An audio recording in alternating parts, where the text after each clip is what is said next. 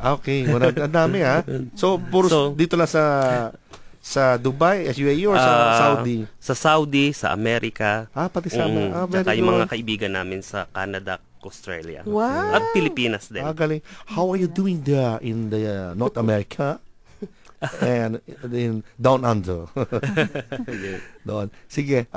El, mas kilala mo sila. Anong gusto mong tanungin sa kanila? Well, unang-una, I'd like to welcome you to the program. Yeah, thank you. Ang programa nito ay para sa inyong dalawa sapagkat kayo ay isa sa mga tinitingalang mga Filipino excellent dito sa Dubai na galing sa Riyadh.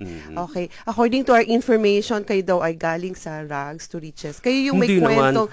Kung si Tito Dolphy, may maraming kwento na naghirap, yung mga ganyan. Kayo daw ay nanggaling sa similar makulay na daigdig ni Jonald and Tess. Kala ko ni John and Marcia. Hindi naman rags to riches. Ano lang, rags to rags pa rin naman. Still surviving. Okay. Sige, kwento ninyo. Bakit? Yeah, we'd like to hear more about your life in Riyadh and paano kayo naging malakas, naging excellent Filipino sa Dubai ngayon because of your experience in Riyadh. Yes. Siguro nagsimula ito noon nung kami nag-decide ako na dalhin ang pamilya ko sa Riyadh. Okay. Although kasi iniisip ko noon, nung nag-abroad ako, kasi ako lang noon mag-isa nung pumunta dito, kinuha ko ng mga magulang ko. Iniisip ko noon, bakit kailangan kong tiisin yung sarili ko na buwan-buwan, nagpapadala rin lang ako sa Pilipinas. Bakit hindi mo na Bakit hindi ko dalhin dito? Tapos, magkakasama pa kami. Okay. Yun ang... But, I understand as well na nung nandun kayo sa Riyadh, hindi madali nakasama. Ilan na bang anak niyo nun? Bali, Tatlo na po. And it was really tough dahil na-mention nyo nga na ang sweldo nyo is just, you know. Hindi, kasi lumakas lang yung loob ko na dalhin ang pamilya ko doon. Kasi nandun ang parents ko. So OFW talaga kayo. Second generation. During that time, nandun pa yung mga parents niya. Okay. Until na bumalik sila ng Pilipinas. Until na mag-decide na silang mag-exit, doon kami nakaranas talaga ng parang back to zero lahat. Kasi nung nandun ang mga parents ko, syempre libre lahat kami. Opo. Libre lahat ng amenities, ang bahay, pati pagkain, sasakyan.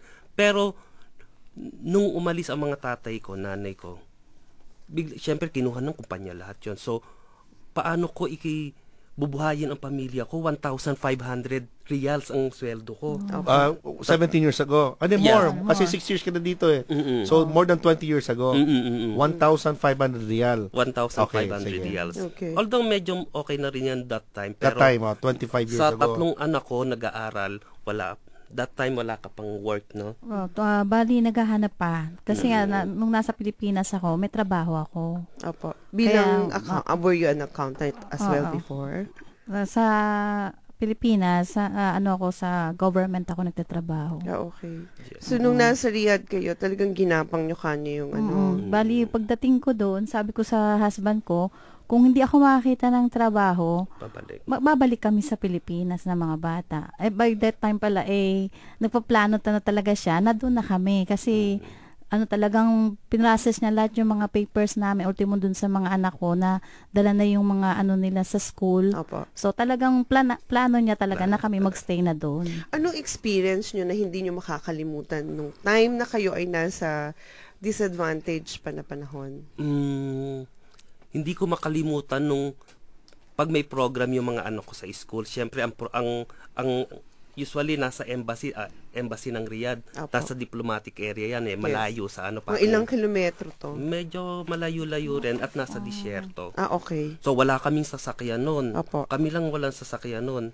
Tapos pag taglamig, talaga naman naglalakad kami doon sa nung malayo para lang makakuha kami ng taxi. Biruin mo kaming mag-anak lang, yung mga anak ko, ang liliit niya, nanginginig sila sa lamig.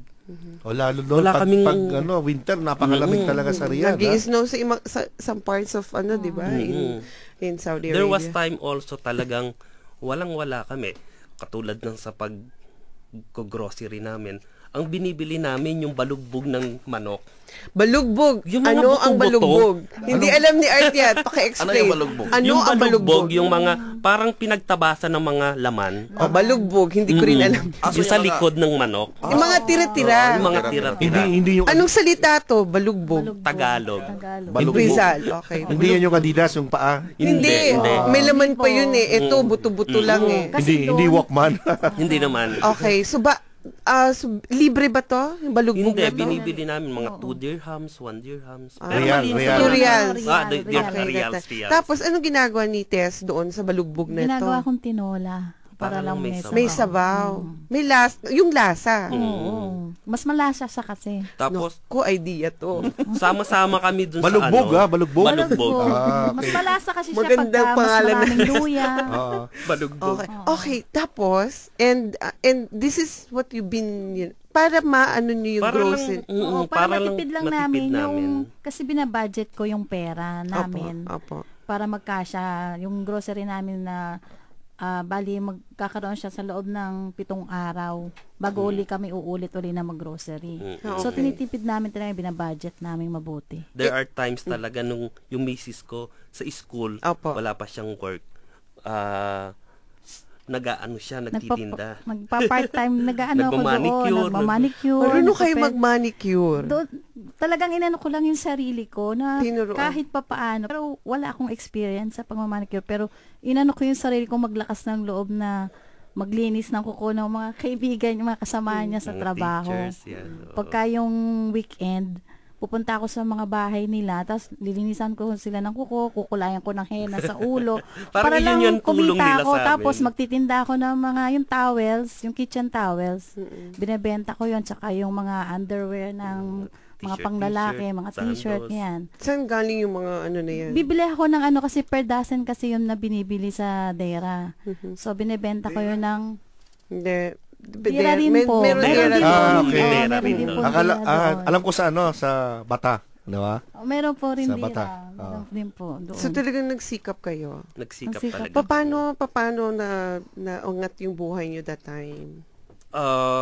Kasi nag-isip na talaga ako kasi yung sweldo ko noon talagang hindi sapat. Opo. So, naghanap ako ng trabaho. Ng ibang trabaho. Na talagang, actually, hindi pa Tindahan. naman dito sa MBC yun. Meron pang isang company, yung Advanced Electronics. Yun. Doon, medyo maayos na yon ang trabaho ko. Pero, hindi covered ang family ko sa mga medical. Okay. So, ako lang ang ano doon. Tapos, unti-unti, nagkakaroon din ako ng experience sa pagtatrabaho, siyempre, hanggang sa makita ko nga itong isa kong trabaho dito ngayon. Dito sa Dubai. Dito. Nagpa-part-time din po ba kayo katulad ni Ma'am Tess? Part-time din minsan sa paglilinis-linis yan. Sa mga, Linis ng ano po? ng mga bahay ng mga Amerikano. Sa Pero mga, kayo ay ano, isang accountant. Oo. Hindi ba sumagi sa isip nyo na you are an accountant at you will be cleaning mga villas and all this? Hindi na sumagi sa isip ko yon kasi nga, ang iniisip ko yung mga anak ko, yung pamilya ko. Okay. See? Accountant na yan. Pero kasi importante sa inyo kasama niyo yung pamilya niyo na tatlo mabuo. Balugbog, paglilinis ng villas ng mga Amerikano. Kung Sa tama mga tayo. Compound yun eh. Minsan kami dalawa pang mag-asawa. Naglilinis. Wow. Sa tuwing weekend. So ngayon, fast forward, ano na kayo, Kayo na ngayon ang nililinisan ng villa. may mga rugs kayo, pero yung rugs, carpet. carpet diba? na. So, bali ilang years na kayong magkasama? Ilang years na kayong kasal? At 25 years sa July 25. July. Wow. So July 25 is 25th Silver. silver. Opo. So, July 25, Ramadan yan. Oo, Ramadan yan. Okay. So, babalikan natin mamaya itong mag-asawa uli na mag-celebrate ng kanilang silver anniversary sa July 25 during Ramadan. Yes. Okay. Kung meron po kayong mga katanungan or gusto ipaabot sa ating unang guest, mag-asawa, Jonald tapos Tess, mag-shout lang po kayo sa Facebook page ng FEME or sa Filipino Rhythm Dubai 103.8 or mag-text lang po kayo sa 4001. Babalik po kami. How can you afford this lifestyle? Our bills are up, wage the same. I'll give you the details of the academy that just changed our lives. The Online Trading Academy Dubai transforms your life with trading and investing education. Learn to trade Forex, futures, options, Nasdaq stocks and Indian stocks in the physical asset classes with the practice of real trading, live data feeds, real money and hands-on experience from the qualified instructors. Call 800 OTA and register today to attend a free half-day class. tradingacademy.com/Dubai. Tip number 23 to cool off this summer. Keep a small spray bottle of water in the refrigerator. When you're feeling hot, mist your face and neck a few times with the cold water for instant relief. For the coolest instant prizes, visit Al Rastamani International Exchange and get a chance to win over 3,000 exciting scratch and win prizes with every remittance. Plus, double your chances with MoneyGram money transfers and national bonds. Summer Bonanza from Al Rastamani International Exchange. Instant relief from summer. Sun and Sand Sports, the region's biggest sport retailer and wholesaler, now at 25% to 65% off at all Sun and Sand Sports. Nike, Timberland, Columbia, the North Face, Vans and all Sun and Sand Sports active stores across the UAE. Visit sunandsandsports.com. Filipino Rhythm, brought to you by Al Ansari Exchange. Depositing your labor guarantees just became quicker with Al Ansari Exchange. Kayo po yung nakikinig sa programang Filipino Excellence in the Middle East. Sa mga nag-tune in pa lang ngayon, may unang guest po kami makasawa, si Jonald tapos Tess Manalo, isang Rags to Riches story na mamaya babalikan natin. Pangalawang guest natin ngayon ay isang datu. Ba't nga pala dati explain mamaya? Actually, sa mga guest na, sa mga nakikinig ngayong gabi, ang topic po natin ngayon ay about Ramadan. Yeah. Kasi in a few days ay Ramadan na. So, ang second guest natin, siya po ay isa sa mga founders ng Maranao Community at naging presidente rin nito at founder rin at presidente ngayon ng Muslim Overseas Filipino Workers. Isa po siyang storekeeper and forklift driver, taga Marawi siya, tapos po sa Mindanao State University. Ito po siya, aking kapatid, ating kaibigan, si Datu Abukir Abet Kapataga. Good evening, Abet. Good evening, kapatid Arts. Magandang gabi po sa lahat ng taga-listener ngayong gabi. At una po sa lahat, gusto kong batiin ng on behalf po MOFW. Magandang gabi sa inyo lahat. Assalamualaikum warahmatullahi ta'ala wa barakatuh. Una-una ako po ay umihingi ng paumanhin kung ano man yung mabanggit ko dito at masabi ko na pagkukulang ko sa hindi nyo maintindihan o ano man ay bilang tao lang po ay ipaumanhin na po.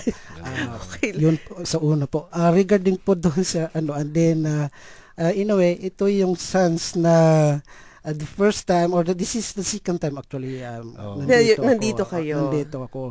That was last 2010 regarding naman sa Bayanihan 2010 kay that time ni Lisa. Pero ito pag-usapan ikaw. Ikaw? So, dato ka? Actually, ang tinatawag nilang dato, yun ang mga taong nire-respektado sa isang lugar. Or sila po ay yung ginagalang sila at yung mga royal family, parang royal family tayo, in a way, yun isa sa mga kategorya. Mukha naman kayo. Actually sa mga may Facebook ngayon, punta lang kayo sa fan page, tingnan mo yung itsura ni Abet. Talagang datong dato. That's a book hair. Actually, hindi ka dato, para kang gigolo eh. Pero laging siya, laging ma-forma. Laging ready for a formal event eh. Yes, of course, kasi pag isa po sa mga katangian ng mga leadership ay yung mga ating mga namumuno o naglilingkod sa mga isang community, tulad po ng aking na-experience dito since 2004 nang aming tinayo ang Maranao Community. We are the one of founder of Maranao Community, as in then ako yung pangalawang naging presidente at the time 2006 and 2007. Then later on parang nakasanayan ko na rin na magserbisyo sa mga kapatiran natin, sa mga kababayan po natin na nandirito, since na ako pa ay wala pa akong experience kasi I was that time na nung dumating ako dito, that was since 1990. And then so ilang years ka na dito? 22? 21 years old. 21 years. 21 yeah. Then yun, yung hindi mo akalain darating sa buhay mo dahil dati nakikisalo lang kami sa mga kababayan natin ng mga nauna pa rito. At yun na yung mga every Thursday and Friday nandoon kami kasi that time nasa Jubilee pa ako. Malayo pa nun. Malayo nun. Desierto pa nun. So pag dumating nung panahon na ako na pala yung yung baga na sa ngayon na kailangan kong ipunin at may i-share kung ano man yung mga karanasan natin.